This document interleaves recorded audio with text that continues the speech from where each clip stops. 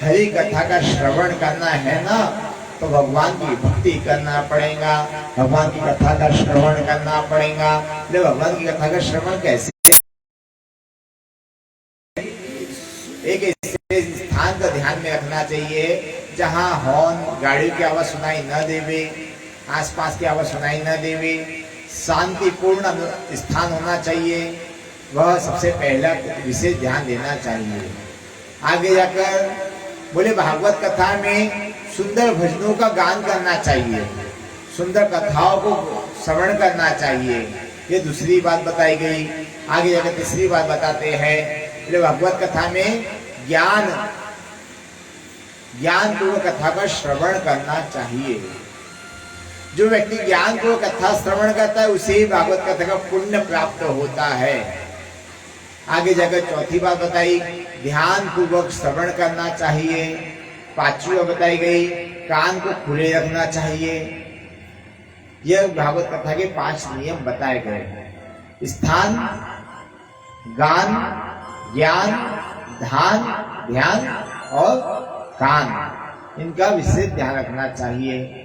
उसके बाद ब्राह्मण को बुलाकर सुंदर मुहूर्त निकालना चाहिए। मुहूर्त में निकालकर भागवत कथा का श्रवण करना चाहिए। आगे जाकर सुंदर रूप से सनक सनत कुमार कहते हैं कि नारद मुनि ये विशेष ध्यान रखना चाहिए भागवत कथा करने के लिए। और जैसे नारद मुनि से कहते हैं तो नारद मुनि कहते हैं भगवान हमें कथा का श्रवण कराइए। इधर सनक सनत कुमार भगवान की कथा का श्रवण कराते हैं। बोले महाराज सुंदर कथा आती है। बोले नारद मुनि कहते हैं भगवान वो कथा कौन सी है बताइए। नारद जी कहते हैं भगवान हरि क्षेत्र गया, कुरुक्षेत्र गया, सेतु बंध गया, रामेश्वर गया, हर जगह गया, मैं जीवन में शांति कहीं नहीं मिली। लेकिन मैंने अपने जीवन में एक बड़ा विचित्र स्थिति परिस्थिति को देखा। बोले वो क्या देखा महाराज आपने? बोले हरि क्षेत्र में, कुरुक्षेत्र में कहीं शांति नहीं है। हर जगह क्या है, उल्टा पार्टी, धर्म के नाम पे अलग अलग कार्य करते चले जा रहे हैं लोग। धर्म के नाम पे भवन बना रहे, भवन को बनाकर होटल बना दे रहे हैं और वहां व्यवसाय कर रहे हैं। नारद मुनि कहते हैं भगवान मैं मथुरा गया, मथुरा में वृंदावन, मथुरा जी में यमुना जी के तट पे गया तो वहां मैंने दृश्य देखा। बोले वो क्या दृश्य देखा? बोले भगवान, बोले एक स्त्री है यमुना तट पे बैठी हुई है, वह स्त्री युवा है और वो स्त्री बहुत रुदन कर रही है, रो रही है। बोले महाराज अच्छा रो रही है? बोले हाँ भगवान, वह स्त्री को रोते हुए देखा। मैं उस स्त्री के पास में गया, उनसे पूछा देवी आपका नाम क्या है? उन्होंने अपना परिचय बताया। मैंने परिचय पूछा, परिचय बताया, उसने अपना नाम बताया भक्ति। क्या नाम बताया? भक्ति। स्त्री से पूछा आप क्यों रो रही हो, रोने का क्या कारण है आपके पास में, क्यों रो रही हो? स्त्री बोलती है ये मेरे सामने 2 व्यक्ति पड़े हुए ना, 2 पुरुष है ना, यह मेरे बेटे हैं। मैं गुजरात से चलकर आ रही हूँ, मथुरा में आई, मथुरा में आकर क्या ऐसा हो गया मालूम नहीं। माँ जो बूढ़ी होती है वह युवा हो गई और बेटे युवा होने की वजह बूढ़े हो गए और माता रुदन करती है महाराज।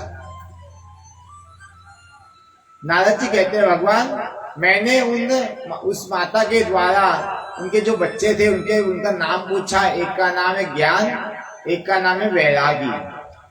ज्ञान और वैरागी। माँ का नाम है भक्ति देवी। मैंने उस माता से प्रश्न किया कि माँ ये बच्चे कैसे बूढ़े हो गए? बोले मैं नहीं जानती भगवान के कैसे बूढ़े हो गए। अब नारद मुनि करे तो करे क्या, समझ में नहीं आ रहा महाराज। नारद मुनि ने मंत्र का पढ़ा, मंत्र का वाचन करा, पाठ करा, मंत्र गाया। मंत्र गाने के बाद में हरि का कथा का श्रवण कराया। वेद मंत्र पढ़ा, ऋग्वेद, यजुर्वेद, सामवेद, अथर्ववेद, 4 वेदों के मंत्र का उच्चारण नारद मुनि ने अपने द्वारा किया महाराज। लेकिन उसके बच्चे जो थे भक्ति के जो बच्चे थे ज्ञान और वैरागी, उनका बुढ़ापा नष्ट नहीं हुआ।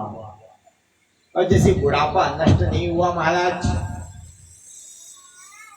भक्ति देवी ने कहा भगवान मेरे क्या बच्चे जीवन में ऐसे ही रहेंगे? भगवान मैं आपसे प्रश्न करने आया हूं कि भक्ति देवी के बुढ़ापे को कैसा नष्ट किया जाए और भक्ति देवी के मन के क्लेश को कैसे दूर किया जाए, ज्ञान भक्ति वैराग्य कैसे युवा किया जाए, और मुझे कथा का श्रवण कराइए। सूत जी महाराज कहते हैं उसके लिए नारद मुनि आपको भगवत कथा का सहारा लेना पड़ेगा। जो व्यक्ति भगवत कथा का श्रवण करता है उससे वृद्धावस्था में किसी प्रकार की तकलीफ नहीं होती और युवा में आनंद, युवा व्यक्ति को आनंद आता है, भगवान की व्यक्ति भक्ति करता है और भक्ति करके भगवान की प्राप्ति करता है। आगे जाकर सुंदर नारद मुनि सनत कुमार से प्रश्न करते भगवान के कष्ट को कैसे निवृत्ति दिलाया जाए? बोले महाराज उसके लिए आपको भागवत कथा का श्रवण करना पड़ेगा, भागवत कथा का आयोजन करना पड़ेगा। बोले महाराज आयोजन तो हो जाएगा लेकिन ये मुख्य यजमान कौन होगा? बोले मुख्य यजमान आप बन जाओ। किसी एक व्यक्ति को अच्छे कार्य करना तो एक व्यक्ति को आगे बढ़ना पड़ता है। अगर एक व्यक्ति आगे नहीं बढ़ेगा ना तो अच्छा कार्य जीवन में कभी नहीं हो पाएगा। बोले महाराज आगे जाकर सुंदर रूप से नारद मुनि यजमान बन गए और भक्ति देवी के पुत्र ज्ञान वैरागी कथा का श्रवण कर रहे हैं। और नारद मुनि कथा को श्रवण करा रहे हैं, सनत कुमार कथा का श्रवण करा रहे हैं और नारद मुनि कथा का श्रवण कर रहे हैं। आगे जाकर सनत कुमार कहते हैं महाराज एक यहाँ सुंदर कथा आती है। तुंगभद्रा तटे पूर्वे पूर्वपुत्वं महानतम यत्वर्णा समेधरणम्। अरे महाराज एक तुंगभद्रा नदी के किनारे एक ब्राह्मण रहता था जिसका नाम था आत्मदेव। वह ब्राह्मण कैसा था? उसका नाम क्या था? आत्मदेव। ब्राह्मण का जीवन भर भगवान की भक्ति करना, भगवान की पाठ पूजा करना, उसमें जीवन व्यतीत कर रहा था, जीवन बिता रहा था। एक दिन हुआ यूं ब्राह्मण बड़ा हुआ, बाल्यावस्था से युवावस्था में प्रवेश किया और जब युवावस्था आई ब्राह्मण ने का विवाह संस्कार आदि हो गया। ब्राह्मण की पत्नी का नाम है धुंधली देवी। इधर पंडित जी का नाम क्या है? आत्मदेव और इधर पत्नी का नाम है धुंधली देवी। पंडित जी का एक ही कार्य था जजमान को राजी रखना, जो देवी से ले लेना। पंडित जी ये कार्य करते थे, गौ की सेवा करते थे, भगवान की पाठ पूजा किया करते। ब्राह्मण अपना कर्म इस प्रकार कर रहे थे महाराज। होता क्या था, पंडित जी पूजा पाठ करने जाते, धुंधली देवी क्या करती, आस पड़ोस के लोगों के साथ कथा न करते हुए, चर्चा न करते, झगड़ा कर लेती। और जैसे झगड़ा कर लेती महाराज नाना प्रकार का क्लेश होता। ब्राह्मण घर में आते, पंडित जी घर में आते और आस पड़ोस के लोग कहते महाराज कैसी पत्नी लाए हो आपने, ये इसका रोज का एक ही कार्य है। पति देव बोलते क्या कार्य है मेरी पत्नी का? बोले आपकी पत्नी है ना अपने घर का कचरा बाहर निकालती है, सुपड़ी में लेती है, हमारे घर के आंगन में डाल के चली जाती है। आपकी पत्नी का रोज का ये सही काम हो गया महाराज, हम आपकी पत्नी से बहुत त्रस्त आ गया। आत्मदेव ब्राह्मण बोलता है मैं तो मेरी पत्नी से आनंदित हूँ, मेरी पत्नी बहुत अच्छी है। अच्छा प्रभु आप आते हो तो अच्छी बन जाती है और आप चले जाते हो तो आपकी पत्नी धुंधली देवी झगड़ा क्लेश करने लग जाती है। जैसे कहा ब्राह्मण से, ब्राह्मण कहने लगा अपनी पत्नी को, कहने लगे देवी ऐसा कार्य मत करो जिससे अड़ोसी पड़ोसी को आपसे नाराजगी हो जाए। सुंदर रूप से ब्राह्मण देवता पूजा पाठ करने मग्न हो गए।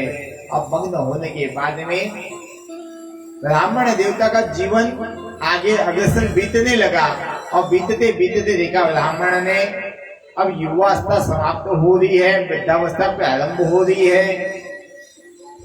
मैं जजमान को आशीर्वाद दे के आता हूँ कि संतान हो जाए, सौभाग्यवती रहे, सब ठीक है, लेकिन मेरे घर में संतान क्यों नहीं हो रही? ब्राह्मण देवता के मन में आया, मैं गाय की सेवा करता हूँ, गाय भी कैसी बांझ है, गाय को कोई पुत्र नहीं है, बेटा बेटी नहीं है, बच्चिया नहीं है, और मेरे भी कोई बेटा बेटी नहीं है, तो मैंने अपने जीवन में कौन सा पाप कर्म किया है? आज ब्राह्मण देवता बड़े दुखी हो गए, महाराज आज करे तो करे क्या? ब्राह्मण देवता जाते नदी के तट पे, और नदी के तट पे जाकर बैठ जाते, उदास हो जाते हैं, और उदास को कहते हैं कि भगवान मेरे जीवन में क्या संतान का सुख मिलेगा ही नहीं? क्या मेरे जीवन में संतान का सुख नहीं है? और जैसे मन ही मन विचार करते हैं, वैसे संत महात्मा का आना होता है। श्री राम जय जय राम, श्री राम जय जय राम, श्री राम जय जय राम, श्री राम जय राम, श्री राम जय जय राम, श्री राम जय जय राम, श्री राम जय जय राम, श्री राम जय जय राम, श्री राम जय जय राम, श्री राम जय जय राम, श्री राम जय जय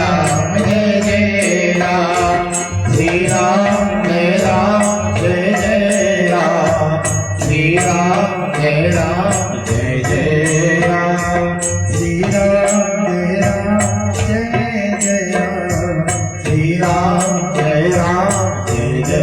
राम।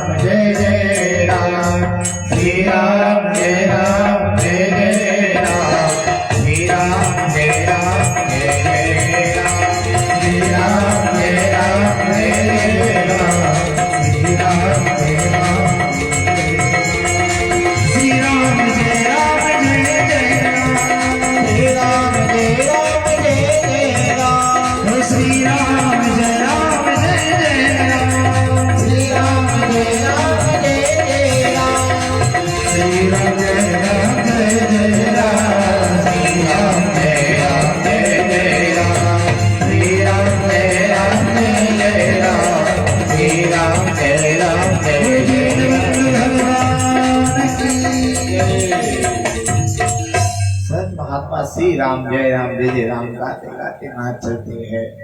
पैरों में चप्पल नहीं है और एक कमंडल है, झोली छूटा है महाराज। और जैसे आत्मदेव नाम के ब्राह्मण देखते हैं संत महात्मा को, और संत महात्मा आत्मदेव नाम के ब्राह्मण से कहते हैं, ब्राह्मण आप के लाट पे इतनी उदासी क्यों है? आप क्यों नर्वस हो ब्राह्मण?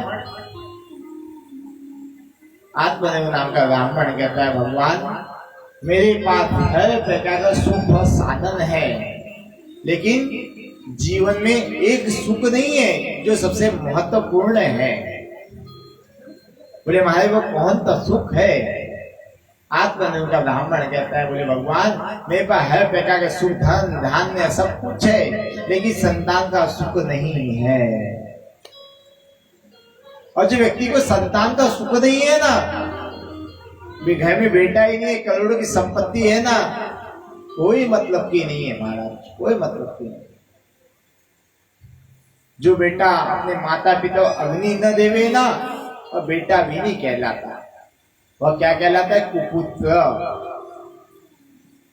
पुत्र नहीं है, कुपुत्र कहलाता है। इसलिए बेटियों को अग्नि देने का विधान भी नहीं है हिंदू धर्म में, कि बेटी का नाम क्या है, सुपुत्री। बेटी को बोलते सुपुत्री, अब बेटी को बोलते पुत्र। अब वह बेटा जो माता पिता को कष्ट देता है, नाना पे की तकलीफ देता है, उसे कहते हैं कुपुत्र। आत्मदेव नाम के ब्राह्मण ने कहा, बोले भगवान देखो संत महात्माओं के वचन में इतनी शक्ति होती है कि चाहे जो सुख दे देवे, संत महात्मा अपने अपने द्वारा अगर आशीर्वाद दे देना तो हमारा ही कल्याण हो जाता है। संत महात्मा कहने लगे, देवो आत्मदेव ब्राह्मण, आप जिस कार्य के लिए यहाँ बैठे हो उदास ना, ये उदास मत बैठो, कोई चिंता मत करो। जीवन में कभी भी चिंता मत करो, चिंतन करो। बोले क्यों चिंतन करें, चिंतन करने से क्या होने वाला है भगवान। सत महात्मा कहते हैं, देखो आत्मदेव के नाम के ब्राह्मण, हम आपको बताते हैं आपके इस जन्म में क्या 7 जीवन में 7 जन्मों में आपको संतान का सुख नहीं है, और जिसका सुख ही नहीं है आप उसको लेने का प्रयत्न मत करो। लेंगे ना तो दुख के सिवा कुछ मिलने वाला नहीं है। और जैसे आत्मनिर्भर के ब्राह्मण इसका जैसे वचन सुनते हैं, एक बड़ा पत्थर उठा लेते हैं और महात्मा से कहते हैं, महात्मा जी आशीर्वाद देते हो कि मैं अपने पत्थर सर पे मारूं, और सर पे मारूंगा तो मेरा क्या होगा, गोविंदाय नमो नमो हो जाएगा। महात्मा जी कहते देखो ऐसा कार्य मत करो जिससे हमें दोष लगे, हमें दोष लगे, ऐसा कार्य मत करो जीवन में। बोले नहीं महाराज, अब आप ही आशीर्वाद दो, अगर पत्थर फेंकूंगा ना तो मुझे उसके बदले आशीर्वाद चाहिए। बोले क्या आशीर्वाद चाहिए, बोले संतान का सुख मिल जाए। बोले ब्राह्मण आपको इस जन्म में क्या 7 जन्मों तक संतान का सुख नहीं, जिस जो सुख नहीं है उसके पीछे दौड़ो भी मत। जैसे बोला आत्मनिर्भर के ब्राह्मण को, आत्मनिर्भर ब्राह्मण मानना नहीं, समझा नहीं, सोचा नहीं, गुरुजनों के सामने विलाप करने लगा। और गुरुजनों ने उससे कहा, बेटा एक फल लेकर आओ, और फल लेकर आया। आत्मनिर्भर के ब्राह्मण ने, गुरुजनों ने मंत्र पढ़ा और कहा अपनी पत्नी को खिला देना, और जैसे कहा पत्नी को खिला देना, आत्मदेव का ब्राह्मण जाता है अपनी पत्नी को बोलता है, ये फल खाने से आप गर्भवती हो जाओगी, ये फल खा लो। पत्नी बोलती है, मनी मन अपनी मनी में सोचती है कि फल खाऊंगी तो मेरे पेट में बच्चा होगा, बच्चा होगा तो मेरे पेट कैसा दिखेगा, मेरा स्वरूप कैसा दिखेगा।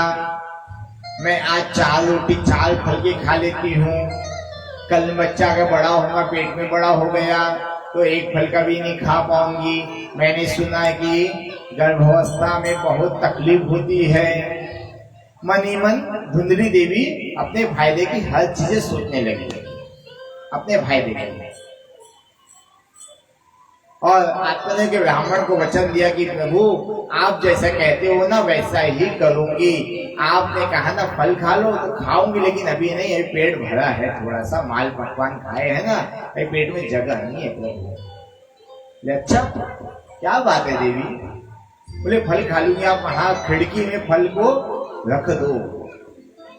उस खिड़की के नीचे क्या था महाराज, गाय का कोठा था, जहाँ गाय बांधते हैं ना कोठा, वह था। आत्मनिर्भर नाम के ब्राह्मण ने पत्नी को बोला, पत्नी आप फल खा लेना। विश्वास करके चले गए महाराज पंडिताई करने, पूजा पाठ करने। अब पत्नी तो जितनी थी उसकी इच्छा ही नहीं थी फल खाने की। पत्नी ने सोचा ये फल खाऊंगी तो गर्भवती हो जाऊंगी, गर्भवती मुझे होना ही नहीं है तो फल मैं क्यों खाऊं। पत्नी ने वो फल को क्या किया, खिड़की से नीचे फेंक दिया। और जैसे नीचे फेंका, नीचे गाय बंधी हुई थी खूंटे से, गाय ने उस फल को लिया और उसको अपने खा लिया महाराज। उसके द्वारा, वो फल के द्वारा गाय गर्भवती हो गई। और जैसे गाय गर्भवती हो गई, फिर आत्मनिर्भर के ब्राह्मण घर आए, पत्नी से कहा देवी फल खा लिए थे, बोले हाँ। बोले बस वैद्य जी को बताई थी, वैद्य जी बोले कुछ समय और लगेगा लेकिन जल्दी से जल्दी खुशखबर सुनने मिल जाएगा। पत्नी ने झूठा झूठा बोल दिया। अब पति देव फिर पूजा पाठ करने के चल पड़े।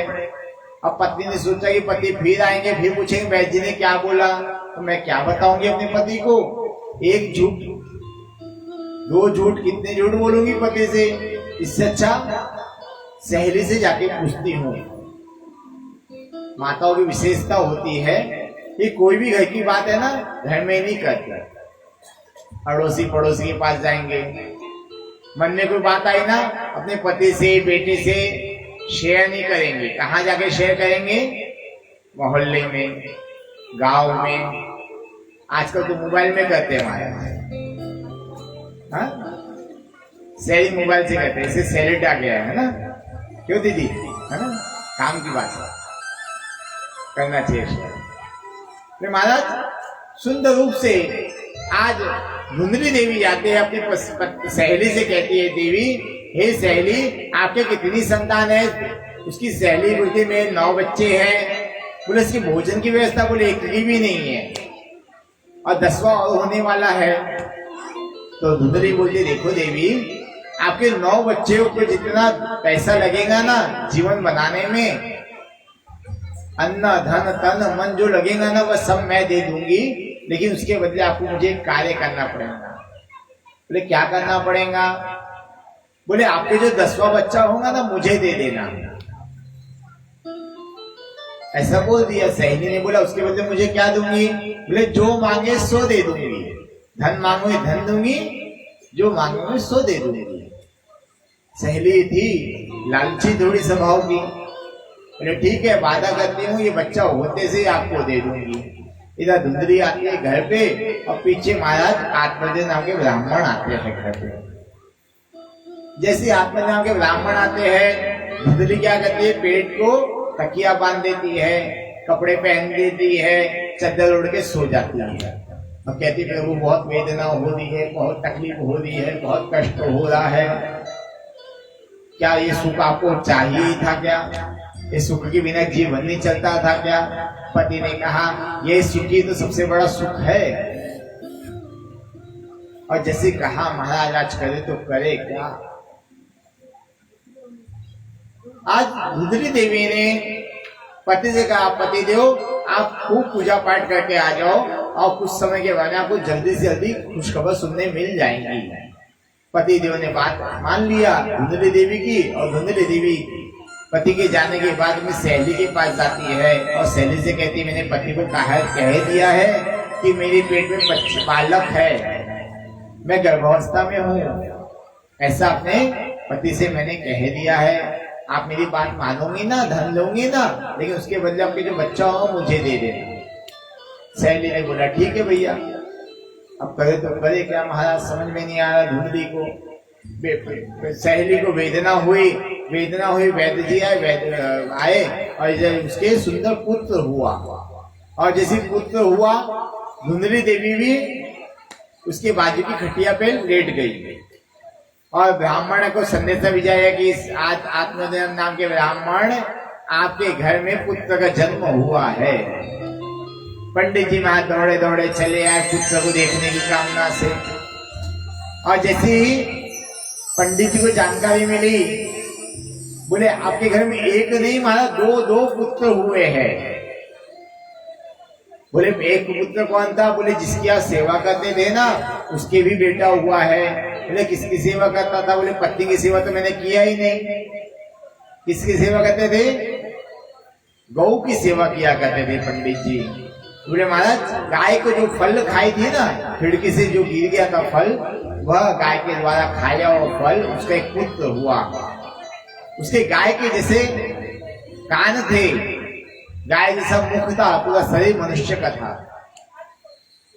आत्मदेव नाम के ब्राह्मण ने उसका नाम रख दिया गौकर्ण।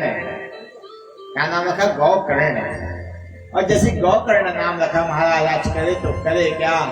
धुंधली देवी बोलती प्रभु बेटा हुआ है, बधाई हो बधाई। और धुंधली देवी बधाई मांगती है, और पति देव कहते हैं बेटा रो रहा है, आप इसको दूध का पान आदि कराओ। और जैसे कहते हैं महाराज धुंधली देवी बोलती प्रभु मुझे दूध नहीं आ रहा, मेरी एक सहेली है उसका बेटा हुआ था, उसका बेटा संसार में नहीं रहा है, मैं अपनी सहेली के द्वारा बेटे को दूध पिला दूं।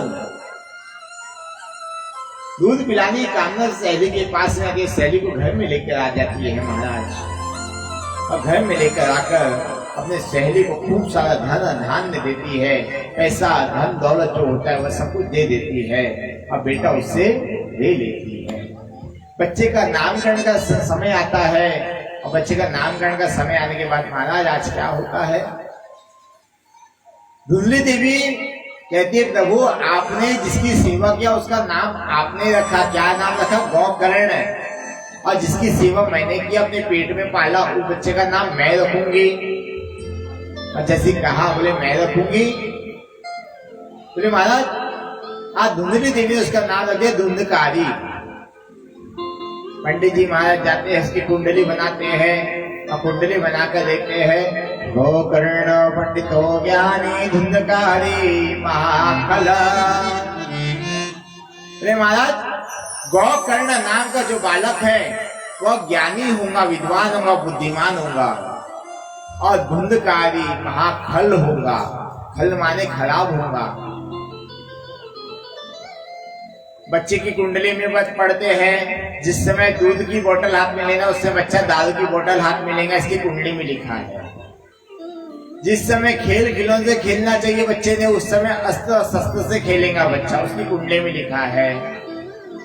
आत्मदेव के ब्राह्मण बड़े दुखी हो गए और दुखी होकर भगवान से कहा भगवान तूने मुझे कहाँ फंसा दिया है। आत्मदेव के ब्राह्मण जंगल में जाकर जाते हैं और भगवान की स्मरण करते हैं। ओम नमो भगवते वासुदेवाय, ओम नमो भगवते वासुदेवाय, ओम नमो भगवते वासुदेवाय, ओम नमो भगवते वासुदेवाय। ओम वासुदेवाय मेरो नंदनाय, वासुदेवाय मेरो नंदनाय। ओम नमो भगवते वासुदेवाय, ओम नमो भगवते वासुदेवाय।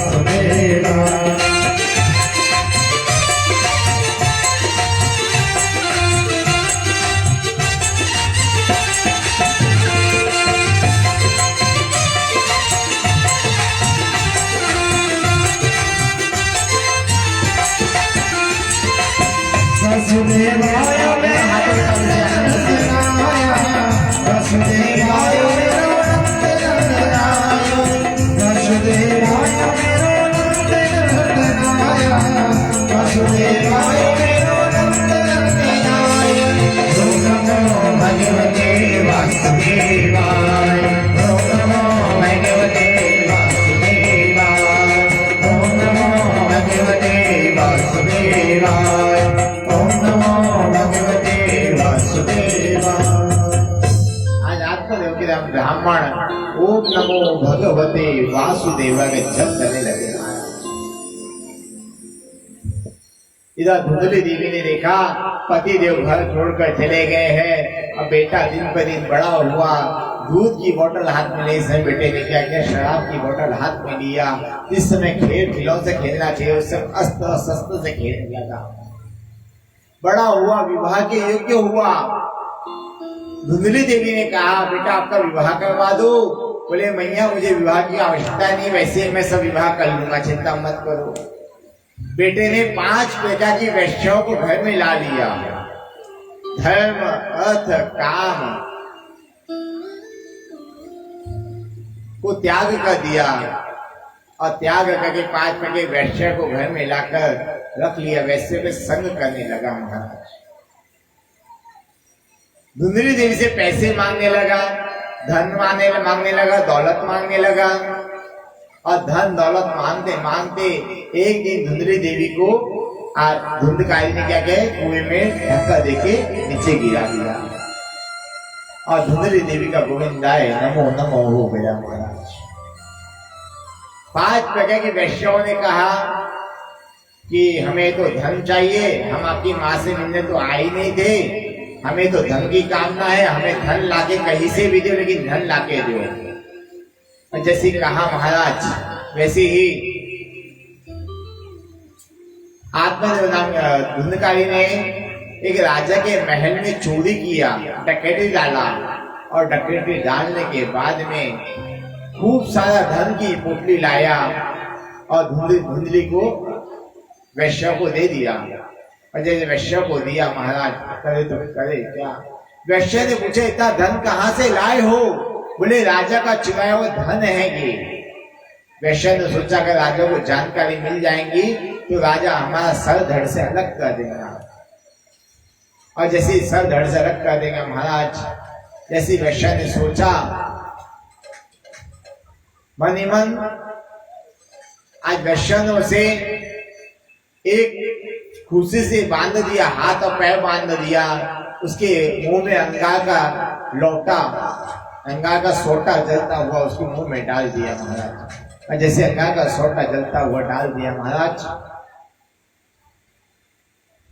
धुंधकारी की भी अकाल मृत्यु हो गई।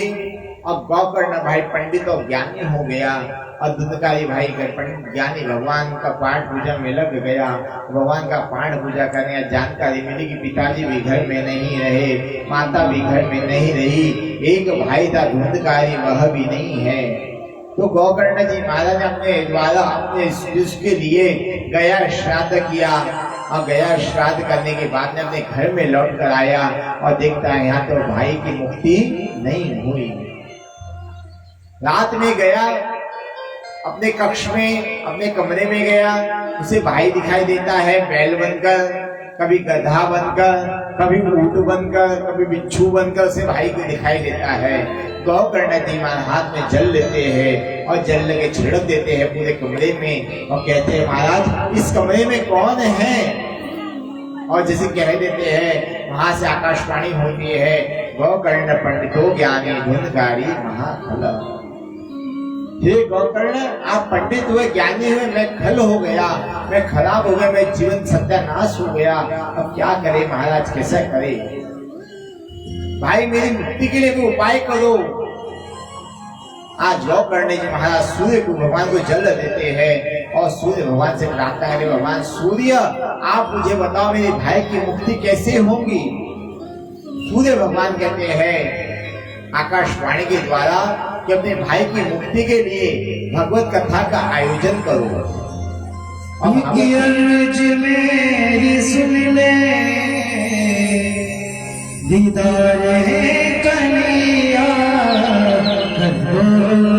अधम की नैया, भगवान है कन्हैया, अधम की नैया, भगवान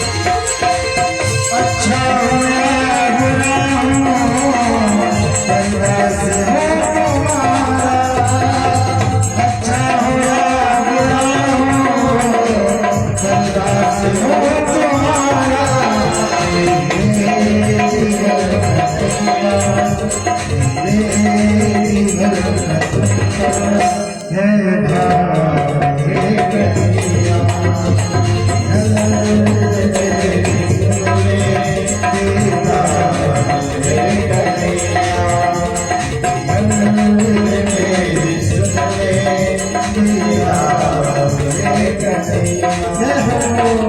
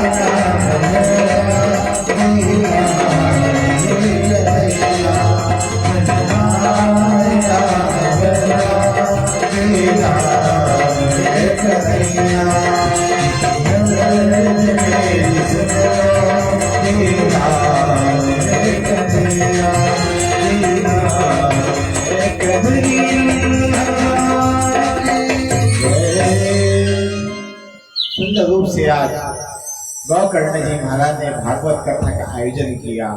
और भाई धुंधकारी के लिए भागवत कथा जब श्रवण करे धुंधकारी को, उसके कथा सुनने मात्र से धुंधकारी की मुक्ति हो गई महाराज। सुत जी महाराज सुंदर बताते हैं, बोले महाराज श्रोता तीन प्रकार के होते हैं। एक होता है श्रोता जो कथा का श्रवण करे, दूसरा होता है श्रोता। श्रोता माने क्या? कथा के बीच में अड़ोसी पड़ोसी बात करे, उसे कहते हैं श्रोता। और तीसरा होता है श्रोता। श्रोता बोले तो बैठे बैठे कथा में सो जावे, उसे श्रोता कहते हैं। श्रोता कथा श्रवण करने वाला, श्रोता कथा में बात करने वाला, और श्रोता किसी कोई पूछने नहीं वाला। तीन प्रकार के श्रोता का वर्णन आया है महाराज। आगे जाकर सूत जी महाराज एक सुंदर कथा का श्रवण कराते हैं। बोले नारद मुनि, एक दिन क्या हुआ, नारद की मुनि के मन में बेचैनी होने लगी। और जब नारद मुनि के मन में बेचैनी होने लगी तो नारद ने सोचा मैंने लक्ष्मी नारायण भगवान में झगड़ा करा दिया एक बार, ब्रह्मा जी ने ब्रह्मांड में करा दिया, लेकिन शंकर पार्वती में झगड़ा मैंने आज तक कभी नहीं कराया, तो क्यों ना जो न करा वही कार्य आज करे। तो नारद मुनि भगवान कैलाश पे जाते हैं, कैलाश पर्वत पे जाते हैं। और जैसे कैलाश पर्वत पे जाते हैं तो वहां जाके देखते हैं भगवान शंकर वहां बैठे हुए नहीं है। कैलाश पे माता पार्वती बैठी है। और माता पार्वती के पास जाते के नारद मुनि कहते हैं, हे माँ, क्या भगवान शंकर आपसे बहुत प्रेम करते हैं क्या? क्या भगवान शंकर आपसे बहुत बातें करते हैं क्या? हर बात आपको बताते हैं क्या? तो माता पार्वती बोलती है, भगवान शंकर तो ऐसे है कि या क्या बताऊं, मेरे पति तो ऐसे है कि गांव के पति को मतलब के ही नहीं है, घर का पति सब कुछ व्यवस्था कर देता है। बोले मुझे तो नहीं लगता, मुझे ऐसा लगता है कि आपका पति कपटी है। बोले क्यों, आपको ऐसा क्यों लगता है? बोले मेरा पति कपटी नहीं है, मेरा पति जो गुरु मंत्र देते हैं, गुरु जी शिष्य को गुरु मंत्र देते हैं, वह भी मेरा पति मुझे गुरु मंत्र लेने के बाद में आने के बाद में गुरु मंत्र मुझे बता दिया। उसके मन में कपट ही नहीं है भोले बाबा के मन में। बोले अच्छा। और जैसे कहा नारद मुनि जी कहते, देवी हे माता मातेश्वरी, आप झूठ बोलती हो। देखो नारद मुनि, आप झूठ बोलती हो। बोले सत्य बात क्या बताओ? मैं झूठ बोलती हूँ, चलो आप सत्य बात बता दो। बोले आपके पति आपसे हर बात छुपाते हैं। बोले मुझे तो नहीं लगता ऐसे। अच्छा, बोले मेरा पहले प्रश्न को उत्तर दो। बोले आपके पति के गले में मुंडों की जो माला है, वह मुंड किसके है?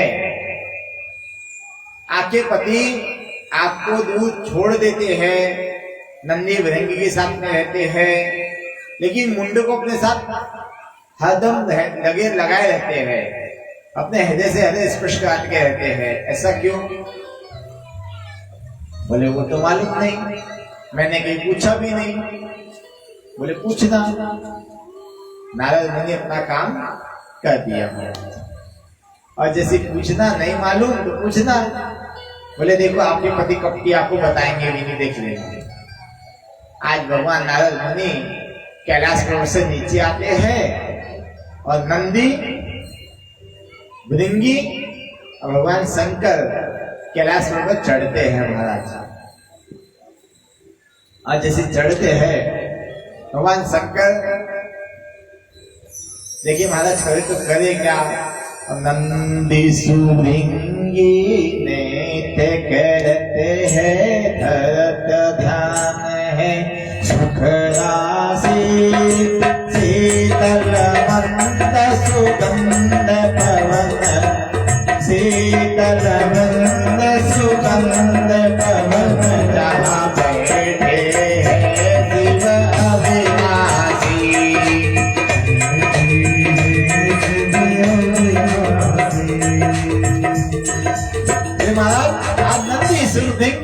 भगवान शंकर कैलाश पे चले जा रहे हैं, वहां शीतल हवाएं चल रही है, और जैसी चल रही है नंदी कहता है भिंगी से, भिंगी कहता है नंदी से, भगवान शंकर कैसे है? बोले शंकर जी कैसे है? गड़पम गड़पम धीमक धीमक डमरू बाजे रे सदा शिव शंकर का। गड़पम गड़पम धीमक धीमक डमरू बाजे रे सदा शंकर का। गड़पम गड़पम धीमक धीमक डमरू बाजे रे सदा शिव शंकर का। ये बोले महाराज अन्य विरंगी शंकर जी के साथ में कैलाश पर्वत चले जाते हैं, और कैलाश पर्वत जब जाते हैं और वहां जाके देखते हैं माता पार्वती के कैलाश में दिखाई नहीं दे रही। पहले के समय जब मकान बनता था ना, भवन बनता था ना, तो भवन में सामने नाम होता था, पहले एक बड़ा सारा नाम होता था, उसके बाद एक कमरा बनता था उसमें अलग से, उस कमरे के बाहर भी एक नाम होता था, उसमें नाम लिखा था कोप भवन, कोप भवन। आज भगवान शंकर जाते हैं, हर दरवाजे पे भवन के खुले हैं, और कैलाश पर्वत ज्यादा दरवाजे वाला मकान भी नहीं है। शीतल मंद सुगंध पवन जहां बैठे है शिव अविनाशी। देखते हैं यहाँ तो कोई कमरा भी नहीं है, लेकिन एक कमरे का दरवाजा बंद है जिसका नाम है कोप भवन। लो उसमें माता जी क्यों जाएंगी? तो नंदी बोलते प्रभु आपको मालूम है माता जी गई नहीं है, माता जी को उस कमरे में भेजा गया है। बोले क्यों गई है, किसलिए गई है? बोले आपसे नाराज हो गई है इसलिए गई है। बोले अच्छा, वो कमरे के अंदर की विशेषता मालूम है क्या है? जब भी माता को गुस्सा आता था ना, माता जी गुस्सा आता था पार्वती जी को, जगदम्बा माता को, उस कमरे में जाके गुस्सा पूरा निकाल कर बाहर आते थे। आजकल तो हम लोग पूरे घर में को भवन बना के रखा है, क्यों दीदी? मनीषा दीदी, घर में को भवन पूरा है क्या आपको? घर में को भवन है क्या आपको? देखो नजर हटी ना। बोले महाराज सुंदर रूप से आज जैसे देखा महाराज, करे तो करे क्या, माता पार्वती कमरे में जाती है, कोप भवन में जाती है, खूब गुस्सा रुदन करती है, रोती है, विलाप करती है। भगवान शंकर जाते हैं, माता पार्वती कहते हैं अन्नपूर्णे सदा पूर्णे शंकर प्राण वल्लभे ज्ञान वैराग्य सिद्धिका भिक्षां देहि च पार्वती। माता च पार्वती देवी पिता देवो महेश्वरा बान्धवासि भक्तास षडेषु भुवनत्रिः। आज भगवान शंकर माता पार्वती की स्तुति करते हैं, अन्नपूर्णे सदा पूर्णे शंकर प्राण वल्लभे। हे देवी मेरे प्राण रुक गए हैं आपके दर्शन करने के लिए, आपकी पलक भी नीचे नहीं हो पा रही, आपके दर्शन करने करेंगे ना, पलक झुकेंगी नहीं। देवी बाहर अंदर से आवाज आती है आप कपटी हो। शंकर प्राण वल्लभे ज्ञान वैराग्य सिद्धि भिक्षा देहि पार्वती। हे देवी पार्वती मुझे भिक्षा दे दो। और जैसे पार्वती मैया से भिक्षा मांगते हैं, पार्वती मैया बोलती है मुझे देवी बोलते हो तो पिताजी कौन है? बोले माता च पार्वती देवी पिता देवो महेश्वरा। बोले माँ पार्वती मेरी माँ है और पिता कौन है? महेश्वर है। कौन? बोले भगवान शंकर। पत्नी को मनाने की भावना से अंदर से आवाज आती आप कपटी हो। बोले आप में से आप मुझे कपटी कपटी क्यों बोल रहे हो? तो नंदी बोलता भृंगी बोलता भृंगी बोलता शंकर जी को, और शंकर जी कहते हैं देवी आपके मन में जो उदासी है ना, उदासी दूर करो, नाराजगी दूर करो, बाहर आओ, मेरे साथ में बैठो और क्या मन में नाराजगी है ना मुझे बताओ। जब तक बताऊंगी नहीं तब तक हल निकलेगा नहीं नारद जी का। माता पार्वती बाहर आती है और बाहर आकर भगवान शंकर से कहती है, भोले बाबा आप तो क्या भोले हो, संसार आपको भोला बोलता है, आप भोले तो हो ही नहीं। बोले ऐसा मैंने क्या कर डाला। अपने मराठी में कथा कहावत है, जैसा दिसते तसा बसते, जनते बसते, है ना। दिखावे कहीं मत जाओ महाराज, देखो सोचो समझो फिर बनो और बोलो। ले महाराज आज माता पार्वती भगवान शंकर से कहती है, भगवान आप मेरे से ज्यादा प्रेम नहीं करते, मुझे अपना नहीं समझते। भगवान शंकर बोले आपको ऐसा किसने बोला। बोले नहीं, बोला तो सही नारद जी ने। माता पार्वती मुख से नारद जी का नाम निकल गया। भगवान शंकर गए कैलाश पर्वत में बैठ गए, खंडर के ऊपर, शिला के ऊपर, और मन ही मन नारद जी का स्मरण कर रहे हैं कि नारद जी आपने ऐसा कौन सा जादू कर डाला। और जैसे जादू कर डाला भगवान शंकर नारद जी का स्मरण करते हैं, कैसा जादू डाला रे काली कमली वाले ने, कैसा जादू डाला रे काली कमली वाले ने, काली कमली वाले ने, काली कमली वाले ने, काली कमली वाले ने, काली कमली वाले ने, कैसा कैसा जादू। सच्चाई बता दिया। बोले क्या बताया सच्चाई। बोले आप मुझसे ज्यादा प्रेम नहीं करते। बोले हाँ ऐसा बोला था। आप बताओ प्रेम करते उसके लिए क्या प्रमाण देना पड़ेगा। बोले कुछ प्रमाण नहीं बदले हो, लेकिन यह बताओ कि आपके गले में मुंडों की माला ये क्या करती है आपके साथ में, क्यों मुंडों की माला हरदम पहने रहते हो। और जैसे भगवान शंकर से प्रश्न करते हैं माता पार्वती, भगवान शंकर कहते हैं मतिर मुंडो मुंड मुंड मति मति, भिन्न मुंडो मुंड मुंडो गति गति। बोले मति और ये मुंड है ना किसी के नहीं है, हे पार्वती आप ही के मुंड है। बोले मेरे मुंड तो मेरे पास में है।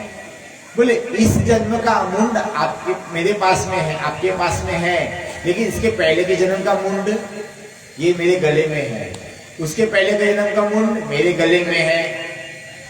बोले अच्छा आपका बोलने का मतलब क्या है, क्या आपको मौत नहीं आती, मृत्यु नहीं आती। बोले नहीं आती। बोले ऐसा कौन सी बूटी खा रखा भगवान आपने जो मेरी मैया ने मुझे नहीं खिलाया।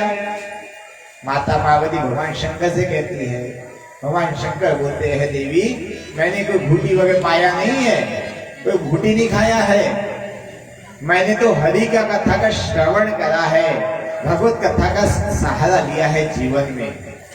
और जब भगवत कथा श्रवण करने मात्र से अगर मानना ना पड़े तो ऐसी कथा हमें श्रवण कराओ।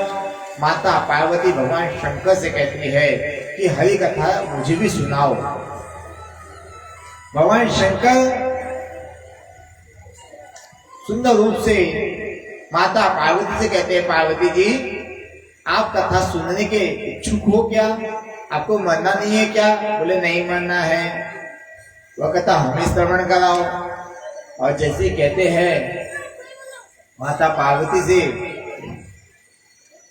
भगवान शंकर एक बार ताली बजाते हैं। भगवान शंकर के गण होते हैं ना नंदी सुभृंगी, वहां से पूरे चले जाते हैं। भगवान दूसरी ताली बजाते हैं, जितने देवता और दैत्य होते हैं भगवान के वास कैलाश में वह चले जाते हैं। भगवान तीसरी ताली बजाते हैं, और जैसे भगवान तीसरी बार ताली बजाते हैं ना तो भगवान शंकर और माता पार्वती जहाँ बैठे थे कथा सुनने श्रवण कराने के लिए, उसके पीछे घोंसला होता है। घोंसला क्या का होता है, कबूतर का चिड़िया का होता है ना घोंसला। उस समय एक कबूतर ने अपने द्वारा सुंदर अंडा दिया और ताली सुन के कबूतर उड़ गया। और जैसे उड़ा महाराज उसके बाद करे तो करे क्या समझ में नहीं आ रहा। भगवान शंकर माता पार्वती कथा श्रवण कराते हैं। 3 बार ताली मिलाते वहां एक चींटी भी नहीं रहती है, लेकिन सिवा अंडे के। वह अंडा रूपी माता पार्वती, भगवान शंकर कहते हैं माता पार्वती ने भी कथा सुन रही हो, इसका परिचय क्या है, इसकी जानकारी मुझे कैसे मिलेंगी? बोले आपको हाँ हाँ बोलना पड़ेगा, हाँ जी हाँ जी हाँ जी। बोले मुख दिख जाए तो? बोले ओम ओम ओम बोलना। बोले कथा कितनी बड़ी है? बोले ज्यादा बड़ी नहीं है, 7 दिन की कथा है और 7 दिन आपको श्रवण करना है। भगवान शंकर ये जो भागवत कथा जो आप लोग सुन रहे हैं ना, यही कथा माता पार्वती को सुनाते हैं। जब माता पार्वती को कथा सुनाते हैं, जैसे आपकी बहन है निंद्रा देवी, नींद आती है, वैसी माता पार्वती की बहन भी नींद है, बहन का नाम है निंद्रा देवी।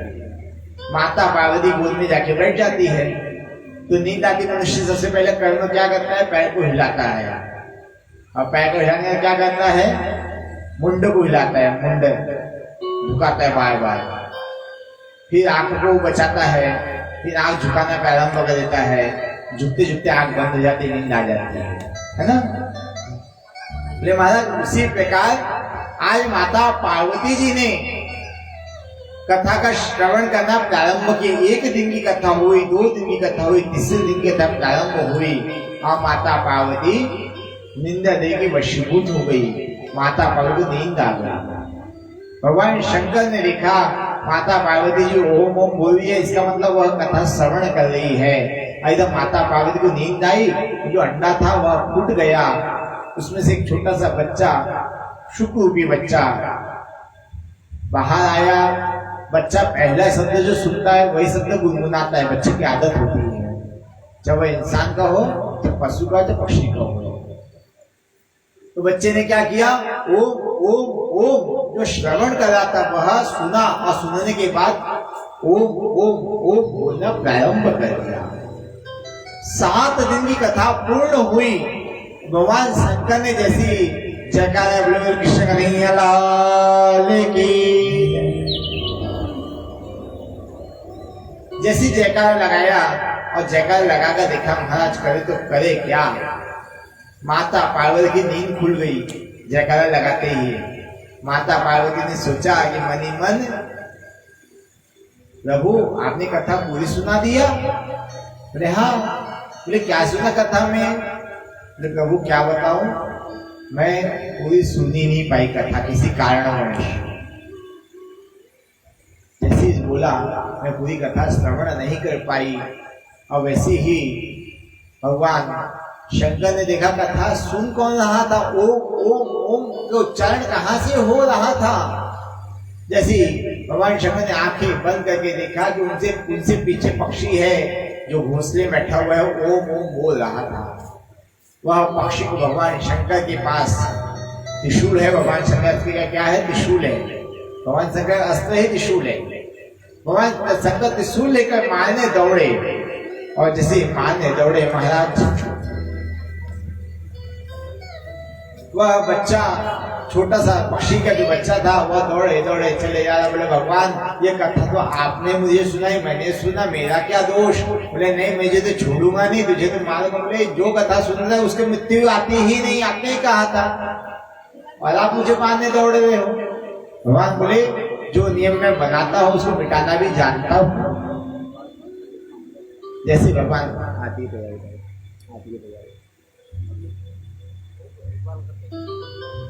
जैसे भगवान शंकर ने कहा, वह पक्षी छोटा सा पक्षी, नन्हा सा पक्षी दौड़े चले आ रहे। भगवान शंकर उसके पीछे दौड़े जा रहे हैं। अग्रडपम बग्गड़पम भीमकदीमकड़म लो बाजे रे सदा शिव शंकर का।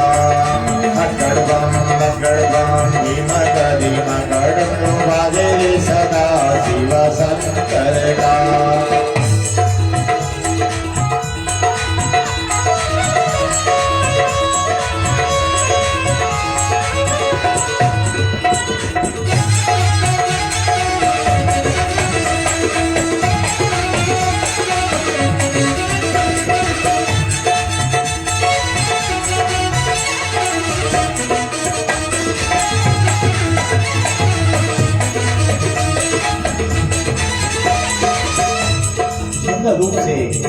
आसमान झुककर मारने दौड़े महाराज।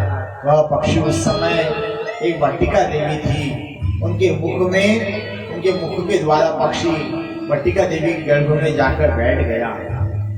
और जैसे बैठा बोले महाराज, वही पक्षी अगले जन्म में शुकदेव जी बने। शुकदेव जी बोले तो मिट्ठू तोता। इतने विद्वान बने, इतने बुद्धिमान बने कि अपने माँ के गर्भ में 9 महीने रहने की वजह 12 वर्ष बिता दिए। कितने वर्ष? 12 वर्ष। माँ के गर्भ में मंदिर बना लिया सुखदेव जी ने, और सुंदर रूप से मंदिर बनाकर भगवान का स्मरण करते हैं। ऐसा डमरू बजाने वाला और नहीं, ऐसा डमरू बजाने वाला और नहीं, बात से निराला और नहीं, बात से निराला, बात से निराला ऐसा डमरू बजाने वाला और नहीं, ऐसा डमरू बजाने वाला और नहीं, बात से निराला, बात से निराला कोई और नहीं। दोनों गाड़ी का दिखाना से राधे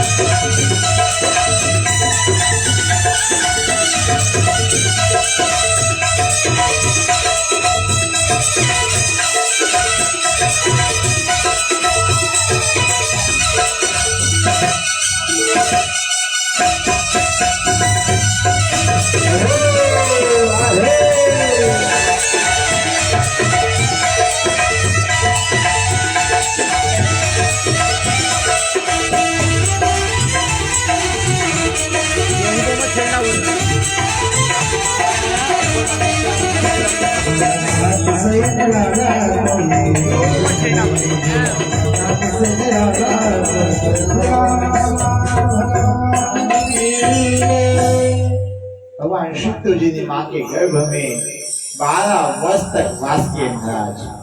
और 12 वर्ष वास करने के बाद में शुद्ध जी महाराज पिताजी कहते हैं बेटा अब तो बाहर आ जाओ, आपकी माँ को वेदना होती है, माँ को तकलीफ हो रही है, कष्ट हो रहा है बेटा। पिता के बोलने पर बेटा जी बाहर आते हैं, वायु का वेग आता है, बेटा बाहर आता है, बाहर आकर दौड़े चले जाता है, दौड़े चले जाता है। जब पिताजी बेटे को दौड़ पकड़ने के लिए दौड़ते हैं, बेटा हाथ में नहीं आता पिता को। यही जीवन का सत्य बात है, सत्य बात है। माँ 9 महीने बच्चे को गर्भ में पालती है, लेकिन पिता जीवन व बुद्धि में बच्चे को पालता है, लेकिन बच्चा कभी पिता को समझ नहीं पाता। तो सत्य है महाराज, पिता जो चाहे बच्चा वह नहीं करता, उससे एक कदम आगे का कार्य करता है। चाहे कुछ भी हो जाए, पिता ने जो चाहा वो मुझे नहीं करना, एक कदम आगे की बात ही करता है बेटा। आगे जाकर शुद्धो जी दौड़े चले जाते हैं और व्यास जी महाराज पीछे दौड़ते दौड़ते जाते हैं। कुछ स्त्रियां स्नान करती है, स्त्रियां स्नान जब करती है तो नग्न अवस्था में स्नान कर लेती है महाराज सरोवर में, जलाशय में। उस समय सुखदेव जी वहां से चले गए तो स्त्री को लज्जा नहीं हुई, और लज्जा न होने के बाद में व्यास जी जब जा रहे थे इसलिए लज्जित होती है। शुद्ध जी बोलते मेरा 12 वर्ष का बेटा आपके सामने से चले गया तो आपको लज्जा नहीं आई, अब मैं बूढ़ा व्यक्ति आपके सामने से जा रहा हूं तो लज्जा आ रही है देवी। इसलिए कहती है भगवान आपके जो बेटा है ना, वह बेटे के मन में काम क्रिया नहीं है, काम क्रोध मद लोभ ईर्ष्या नहीं है, किसी प्रकार की गलत भावना ही नहीं है आपके बेटे के मन में। जो माँ के गर्भ में मंदिर बना लिया, भगवान की तपस्या आदि सत्कर्म किया, वह बेटा क्या गलत कार्य कर सकता है। सुंदर रूप से शुद्ध जी महाराज, शुद्ध जी महाराज कहते हैं कि मानव के लिए परम धर्म क्या है। दूसरा, मंदिर क्यों जाना चाहिए, मंदिर क्यों जाना चाहिए। तीसरी बात बोलते हैं भगवान जन्म है, जन्म होकर भगवान ने अवतार कैसे लिया। कोई कहता है एक जन्म है भगवान के, कोई तो कहता है 24 अवतार है, कोई कहता है हरि अनंत, हरि कथा अनंता। बोले भगवान के जन्म कितने हैं इसकी कथा श्रवण कराइए। बोले भगवान के 24 अवतार है, आइए हम 24 अवतार के दर्शन करें। महाराज सुखदेव जी कहते हैं जय का लगा के हरिलाल की जय, श्री सुखदेव भगवान की जय। आगे जाकर सुत जी महाराज कहते हैं भगवान का सबसे पहला अवतार है सनत कुमार भगवान की जय। आप सभी लोग जय का जरूर लगाए।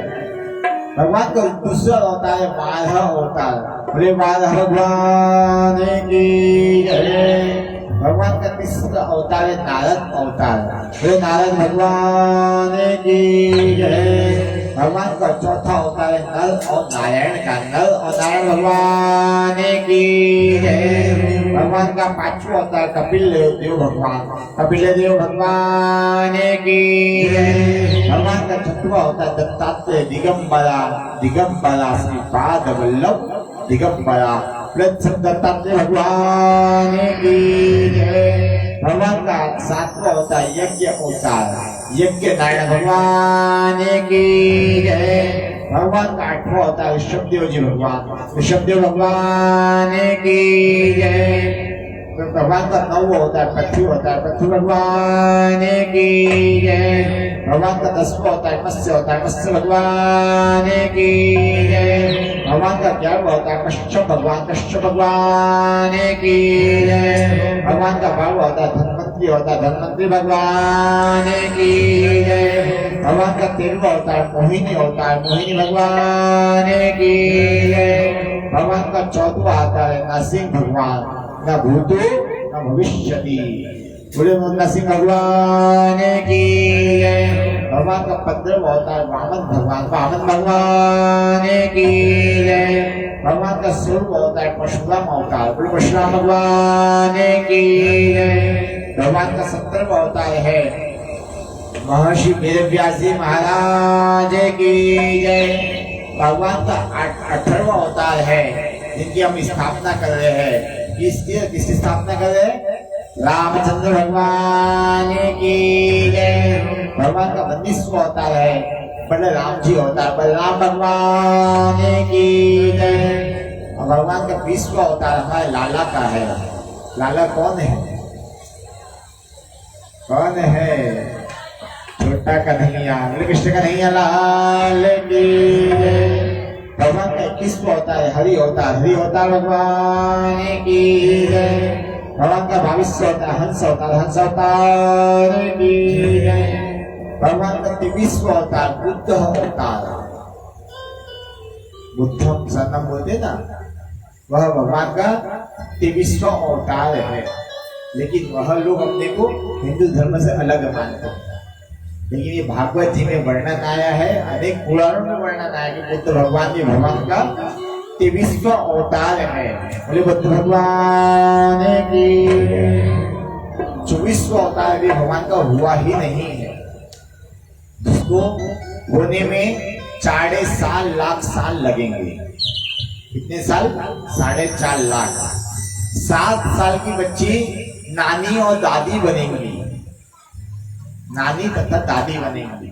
15 वर्ष की आयु होंगी और श्री राम शर्मा नाम के पिता के द्वारा बिहार में एक बेटा का जन्म होगा जिसका नाम है कल्की अवतार। बोले कल्की भगवान की पूरा पहले आ जाएगा।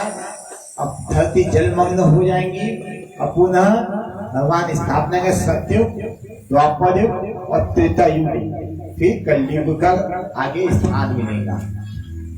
जैसे हमारा जन्म मरण निश्चित है, वैसे युग का आना जाना लगा हुआ है। सत्युग, द्वापर, त्रेता युग और कलयुग, ऐसा इनका आना जाना लगा हुआ है। ऐसा वर्णन आया है, कई बार भगवान का अवतार हो चुका है, आगे और होने वाला है। ये आप जो कथा श्रवण कर रहे हैं ना, ये इस जन्म में नहीं, इसके पहले भी कई जन्म में यही कथा आपने श्रवण करा है इसी स्थान पर, इसलिए यही स्थान आपके लिए चुना गया है। सब निश्चित है, सब सोचा समझा प्लानिंग भगवान की, करते भी वही कराते भी वही। हमने तो कठपुतली है कि नचाते रहते, इधर से उधर करते रहते हैं। भगवान जो करते हैं वह क्या करते हैं? सत्य ही कार्य करते हैं, अच्छे कार्य करते हैं। अब कठपुतली के जैसा कार्य करना चाहिए, हमने नाचना चाहिए, गाना चाहिए, भगवान का नाम लेना चाहिए और आनंद बनाना चाहिए।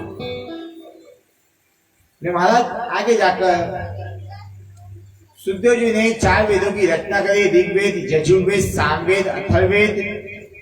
और अथर्ववेद होने के बाद भी उनका मन नहीं भरा। बोले महाराज अब ये मन नहीं भरा तो पंचम वेद निराला है, हरिदर्श कराने वाला है, श्री राम यही घनश्याम यही।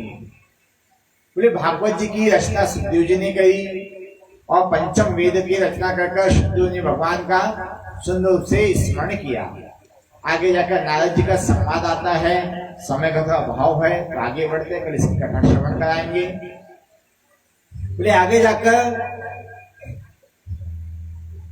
उत्तरा के गर्भ में परीक्षित जी का जन्म होता है और परीक्षित जी के जन्म के समय कौरव पांडव का युद्ध आदि चलते रहता है। उस समय अस्त्र शस्त्र आदि चलते हैं। भगवान माँ उत्तरा के गर्भ में भगवान परीक्षित की रक्षा करते हैं और परीक्षित रक्षा कर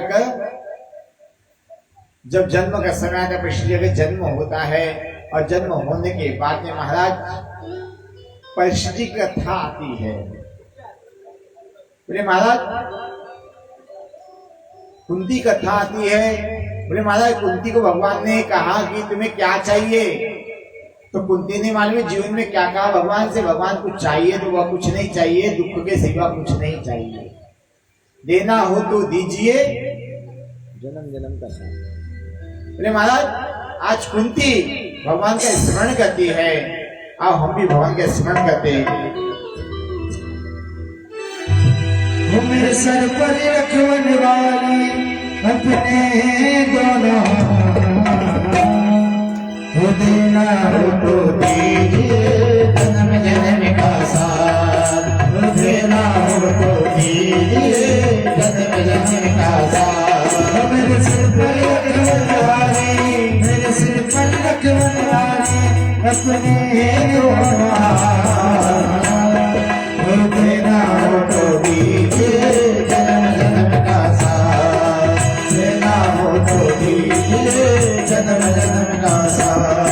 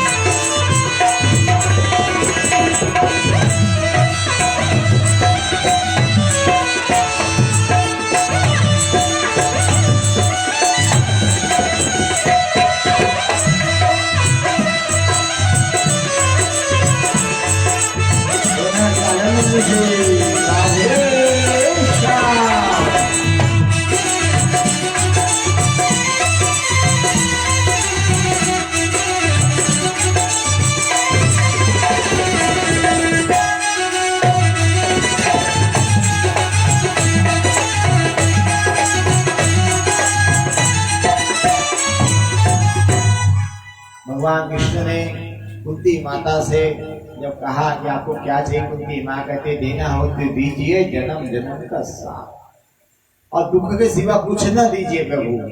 सुख दोगे तो मैं आपको भूल जाऊंगी, दुख देंगे तो दुख में आपको याद करूंगी।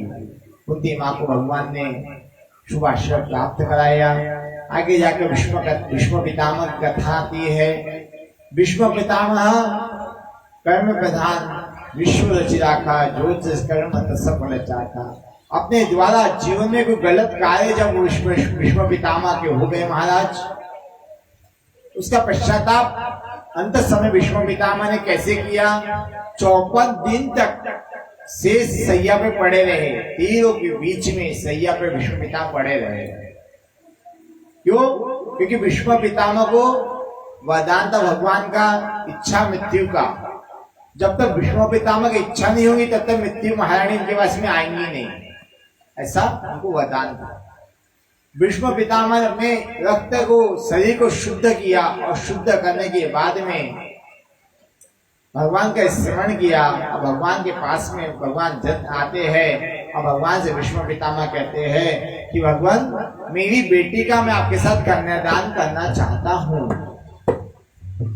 सभी संत महात्मा गुरुजन सोचते रह गए भीष्म पितामह की शादी भी नहीं, बेटी कहां से आ गई?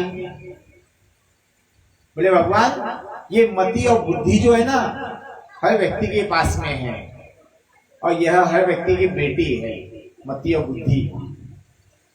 भीष्म पितामह ने कहा भगवान ये मति और बुद्धि को आप स्वीकार करो, इसके साथ इसको आप वो कन्यादान के रूप में देना चाहता हूँ, इसको स्वीकार करो। भीष्म पितामह ने बेटी का कन्यादान के रूप में अपनी मति का भगवान को दान दे दिया, बुद्धि का दान दे दिया और शरीर में से बुद्धि निकल जाती है, शरीर किसी काम का नहीं रहता। भीष्म पितामह का गोविंदाय नमो नमो होता है। उसके पश्चात राजा परीक्षित का विवाह इरावती नाम की स्त्री से उनका विवाह होता है। विवाह के पश्चात राजा परीक्षित ने नगर में भ्रमण करने जब जाते हैं तो देखते हैं एक काला पुरुष जिसका शरीर कैसा है, काला है, काली पट्टी बांधा है, मस्तक पर काला तिलक लगाया है, हाथ में तलवार है और उस काले पुरुष के सामने एक बैल खड़ा हुआ है। जो बैल धर्म के 4 पैर होते हैं वह बैल के भी 4 पैर थे। तो कलयुग ने क्या किया, उसका नाम था राजा परीक्षित जी जाते हैं उससे पूछते भगवान आपका नाम क्या है, आप इसके पैर को क्यों काट रहे हो? बोले 3 तो काट दिया है, 4था काटने वाला हूँ। बोले आपका नाम क्या है, आप कौन होते हैं मेरे राज्य में ये गलत कार्य करने वाले, आपका क्या नाम है? बोले मेरा नाम है कलयुग। कलयुग में जैसी कहा राजा ने कहा, राजा परीक्षित ने कहा भगवान इसे छोड़ दो, इसका चौथा पैर नष्ट न करो। बोले उसके बदले मुझे क्या मिलेगा? बोले 4 पैर के बदले आपको 4 स्थान दूंगा, आप वहां जाकर वास करना। तो भगवान का राजा परीक्षित ने स्मरण किया। स्मरण करने के बाद में राजा परीक्षित कलयुग को वचन देते हैं, कलयुग जाओ आप कुछ 4 स्थान देते हो, वहां जाकर वास करो। बोले 4 स्थान कौन से दिए गए मालूम है? बोले पहला दिया जुआ, जहां जुआ खेला जाता है वहां कलयुग का वास होता है। वृत कीड़ा ने शराबी कबाबी आदि इत्यादि जहां रहते हैं वहां कलयुग का वास होता है। घर में कपट रूपी धन को लेकर जो व्यक्ति आता है उसके घर में कलयुग का वास होता है। और तीसरा दिया स्वर्ण में, जुआ में, वैश्य गमन में, ऐसे 4 स्थान कलयुग को राजा परीक्षित ने दे दिया। और राजा परीक्षित ने कलयुग को दे दिया, राजा परीक्षित उस 4 स्थान को लेकर चल दिए महाराज।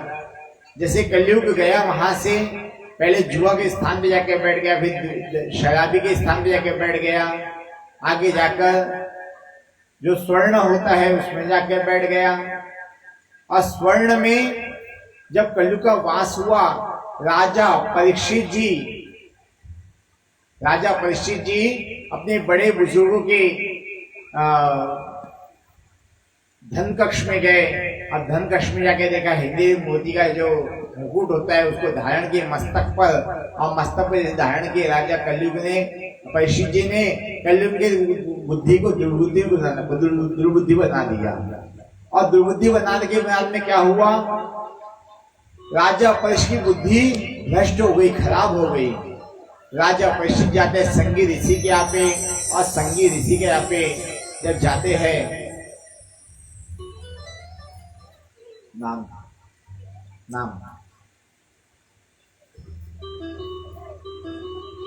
बोले महाराज जैसे जाते हैं श्रृंगी ऋषि के यहाँ पे, कलयुग उस स्वर्ण से राजा परीक्षित की बुद्धि में प्रवेश करता है। और प्रवेश करने के बाद में राजा परीक्षित की बुद्धि को खराब बना देता है। और खराब बनाने के बाद में क्या होता है?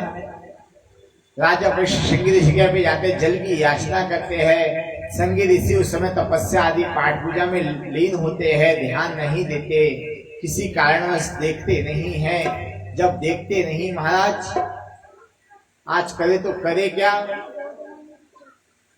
और जैसे ही राजा परीक्षित क्रोध आता है, राजा परीक्षित मरा हुआ सर्प लेता है, धनुष में लेकर संगी ऋषि के गले में डाल देता है और वहां से चले जाता है। और जैसे चले जाता है उसके पश्चात सभी ऋषि वहां आते हैं और उनके बेटे जब वहां आते हैं और बेटे देखते पिताजी गले में मरा सर्प है, किसने डाला है, तो बेटा क्या कहता है? हाथ में जल लेता है, हाथ में जल लेकर श्राप देता है कि मेरे पिता के गले में जिसने मरा हुआ सर्प डाल दिया है उसके 7 दिन में मृत्यु हो जाएगी, तक्षक नाम का सर्प उसे डस देगा, ऐसा श्राप देते हैं समीक ऋषि। और समीक ऋषि जैसे श्राप दे देते हैं महाराज, करे तो करे क्या?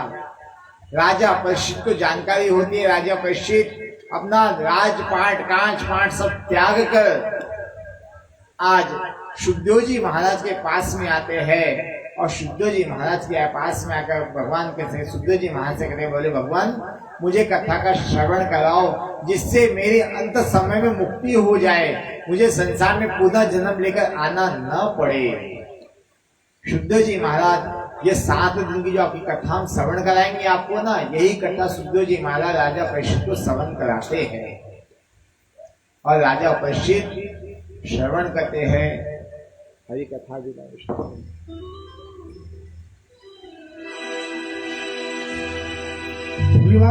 हरिलाल की